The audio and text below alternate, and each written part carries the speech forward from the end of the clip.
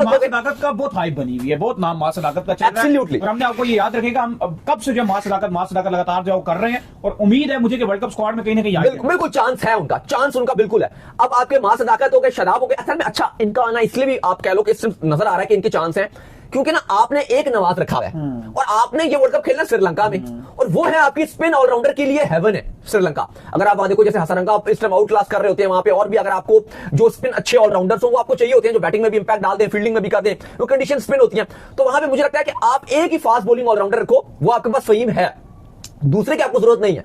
वो आप जो आपके शदाब है या मां सदाकत है आपको उनको रखना पड़ेगा। ये ना हो कि आप दोनों को ही ना रखो और आप उनकी जगह को लीजिए मुस्लिम जूनियर के साथ जा रहे हैं। वो आई थिंक आप बहुत ज्यादा फास्ट बॉलर से आपके बढ़ जाएंगे, आपको इतने फास्ट बॉलर नहीं चाहिए। मैं बल्कि इवन चाहूंगा कि आप श्रीलंका में 3 फास्ट बॉलर और 1 फहीम आपके लिए इनफ होगा। 3 फास्ट बॉलर, अब आप कोई भी रखो, चलो शाहीन आपका पक्का है, एक आपका सलमान मिर्जा पक्का है, आप रऊफ और नसीम में किसी को भी रख लो। रऊफ को ही रखोगे मोस्ट प्रॉब्ली, आपकी मर्जी, जिस मर्जी को रखो, ये सिलेक्शन कमेटी की मर्जी है, नसीम या रऊफ में से। ये ना हो कि आप दोनों को रख रहे हो क्योंकि इतने फास्ट बॉलर आपको नहीं चाहिए भाई, आप ऑस्ट्रेलिया में नहीं खेल रहे। एज कंपैरिजन आपको जो स्पिन ऑलराउंडर है वो आपको रखने पड़ेंगे। आई थिंक मां सदाकत एक ऐसा प्लेयर है जिसको जहां पर आप कंफ्यूज हो, कभी आप हसन नवाज को खिला रहे हो, कभी आप फखर को उस नंबर पे नीचे खिला देते हो, कभी आप किसी और को खिला देते हो। वो एक ऐसा नंबर है जहां पर आप मां सदाकत से ना सिर्फ बैटिंग में आप एक चांस ले सकते हो बल्कि वो आपको बॉलिंग का भी इंपैक्ट देगा। ये मैं आपको बता दूं कि मां सदाकत पहले 3-4 नंबरों पे नहीं खेलेंगे। काफी लोग मैंने देखा है, लोग बोल रहे होते हैं कि भाई ये क्या बात कर रहे हो, तो ज्यादती हो जाएगी मां सदाकत के साथ अगर आप उसको स्क्वाड में डाल रहे हो फिर उसको ओपनिंग कराओ। भाई ये नहीं हो पाएगा, ओपनर ऑलरेडी बहुत ज्यादा है। ओपनर क्या नंबर 3 पे बाबर खेल रहे हैं,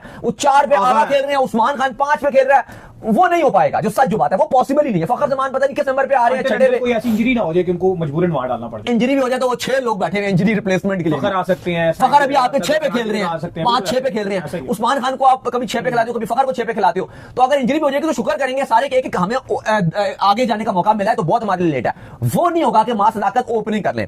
हाँ मैं कहता हूं कि एटलीस्ट आप उनको स्टिल, मुझे लगता है कि अगर आप उनको 6ठे नंबर पे भी खिलाते हो, उनके अंदर इतना पोटेंशियल, जो कॉन्फिडेंस है वो आपके लिए कुछ करके दिखाएंगे, प्लस वो बॉलिंग का भी आपको एज देते हैं। लेकिन मुझे ऐसा लग रहा है कि इस कॉम्बिनेशन में इनमें से एक तो आपका आएगा ही आएगा, शदाब और मां सदाकत। तो ये एक आध तब्दीली है जो आपकी होगी, बाकी वही आपका स्क्वाड है जो आपने ट्राई सीरीज में रखा हुआ था, जो आपने साउथ अफ्रीका में रखा था। और ये आज इसकी तस्दीक सलमान अली आगा ने कर दिया कि कोई मेजर तब्दीलियां नहीं हो रही।